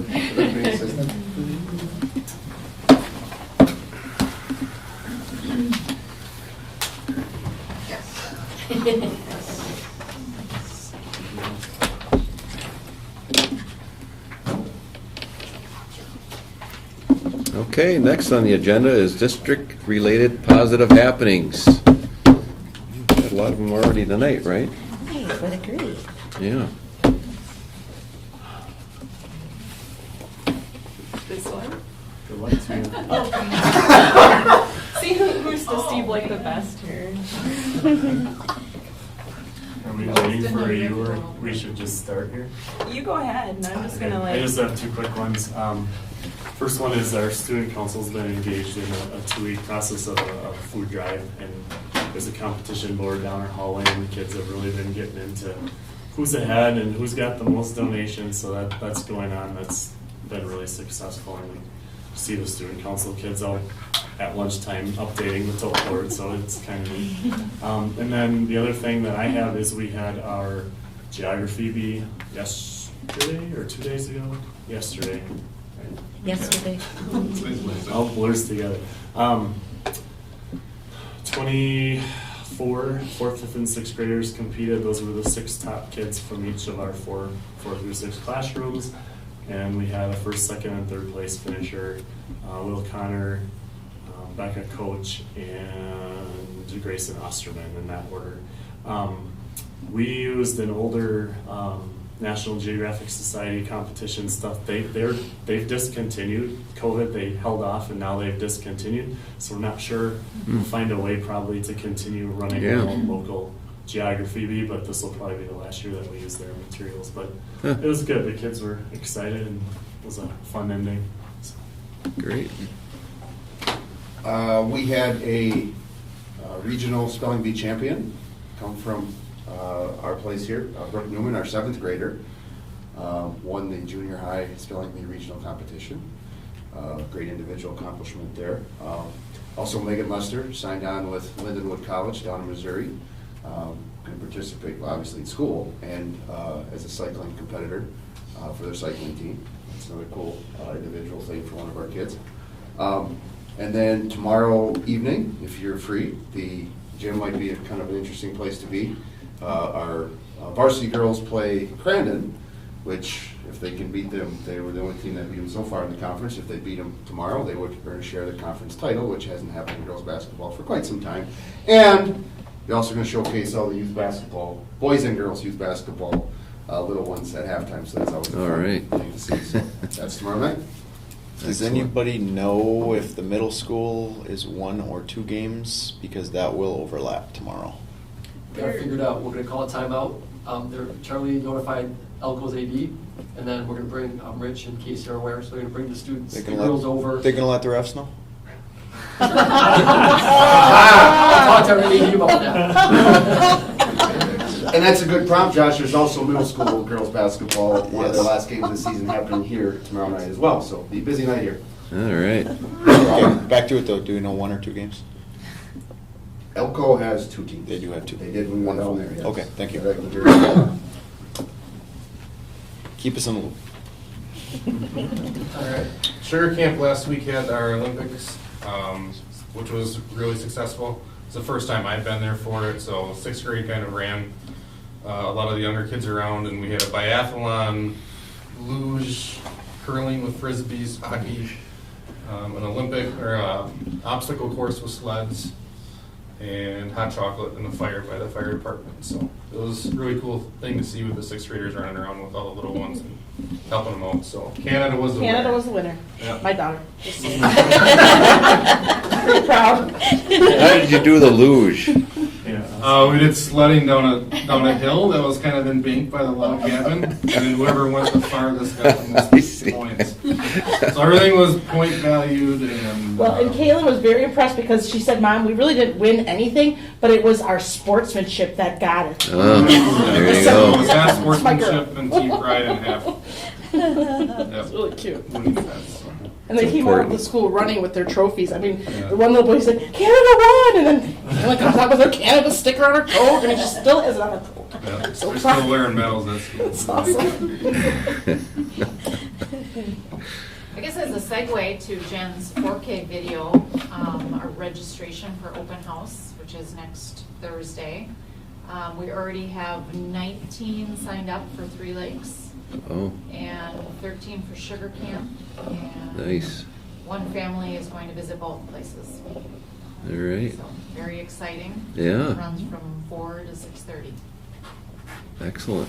Okay, so with that, nobody's used sound yet tonight, so I'm going to mess that up.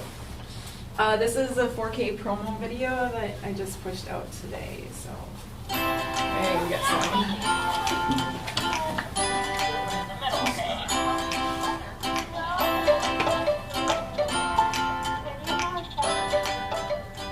We want 4K here in 3 Lakes to be a fun, educational, play-based learning experience that prepares our students for kindergarten and their future here in the 3 Lakes School District.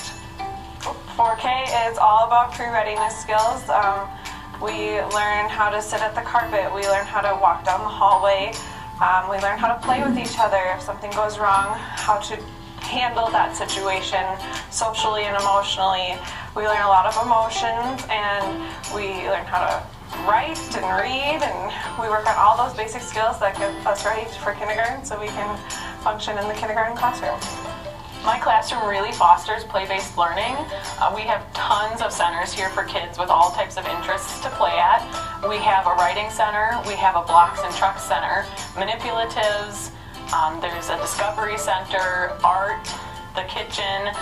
Kids really can choose anything that they're interested in and play there, and just the fact of them being in the center and around other children in a very free play situation helps them learn. So when parents walk into my room, I really want them to get the feeling of it being bright and welcoming and cozy. We have lots of stations for kids with all types of interests to play at where they can make friends. And I really like the feeling of an exploratory nature for kids this age. I'm really excited for the kids to get to experience all of the things that the big kids get to do. So the specials like library and art and gym, and then as well as just being here in the building with everybody all day, I think they'll feel really more included. A lot of my 4Kers come in with very little independent skills. By the end of the year, you'll notice that they can get themselves ready, they can shut their locker, they can do pretty much everything on their own without any assistance, and that really helps them grow as a child and all-around human being. If you're interested in our 4K program, we really look forward to hearing from you. Please contact either of our elementary offices for more information.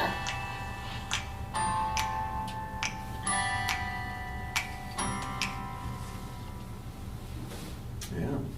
So that went out today Nice. On social media, and it's on our website also as part of the 4K promotional component. And we've done an ad in the Vilas paper, communication out to all of our parents, alerts, just all sorts of stuff. So it's been a pretty intense promotional thing, but I think it looks good, and I think it's really showcasing what our programs are. So Excellent.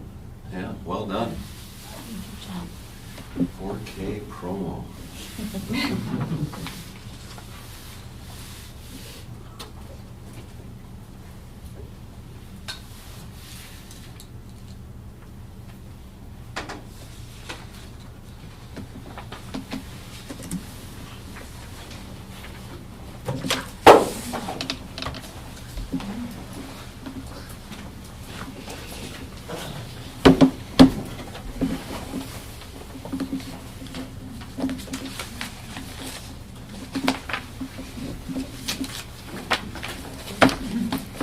All right. Ready to wrap that one up? We're good? You have anything to add there, Jen? Other than, I don't know if you saw the 2 stories that aired this month, but we had the skull that was 3D printed in the Fab Lab, and then Yeah. our welding Nicolay program was highlighted on Channel 9 this week. Okay, excellent. Yeah, great stories. Whole case was really neat. Yeah. Yeah. That was really neat. Yeah. Like Terry's got some. WASB will be hosting a new school board member indoctrination period down in our library. When is it going to be, Terry? It's going to be like the April 21st, I believe. April what? 21st. April 21st. Yeah, Perfect. so. All right. And anything else in their correspondence? I have a thank you letter I wanted to share from the Three Lakes Lions Club that was sent to myself, and recognizing our wrestling team and their coach, Seth Center, for the spirit of service to the community. The team has assisted the Lions with many projects, but most recently replacing the roof of a longtime Lions member and Three Lakes school volunteer, and that they also worked to set up the ice skating rink at the former Oneida Village Inn. And in fact, they were so appreciative that they provided a donation to the wrestling team in appreciation for all of their hard work and manpower, and just, again, living to the true Blue Jay spirit. And I received that from Don Meter, the Three Lakes Lions Club treasurer. And I know that Colette is involved, very involved as well. So we just want to say thank you for the thank you, because I know it made the day of several young people around here as well as their coach. So we appreciate that. All right, very good. And we finish off moving to executive session. 2 parts. First part A, adjourn to executive session pursuant to Wisconsin State Statutes 19.851C to consider employment, promotion, compensation, or performance evaluation data of any public employee over which the governmental body has jurisdiction or exercises responsibility. Specifically, to consider individual staff contracts, hiring and/or resignation/retirement of staff. And in Part B, pursuant to Wisconsin State Statutes 19.851C and 19.851F, considering financial, medical, social, or personal histories or disciplinary data of specific persons, preliminary consideration of specific personnel problems, or the investigation of charges against specific persons, except where paragraph B applies if discussed in public, would likely to have a substantial adverse effect upon the reputation of any person referred to in such histories or data, or involved in such problems or investigations, specifically to consider employment, performance, evaluations, personal history, disciplinary data, and/or preliminary consideration of specific personnel problems or the investigation of charges against a staff member. We'll take a roll call vote on this, going to executive session. Stacy? Aye. Josh? Aye. Colette? Colette? Did we lose you? Or she's still on mute. I think she's gone. She may I'm have still the- here. Oh, you are? She's on mute. Did you hear? Yeah, I haven't, Okay, so hear me now? we're doing a roll call vote. Are you and I to go in executive session? Yeah. Okay, I take that as a yes. And Terry? Yes. And Mike, yes. All right. We will be in executive session here shortly, and thank you all for joining us tonight. Have a great evening, and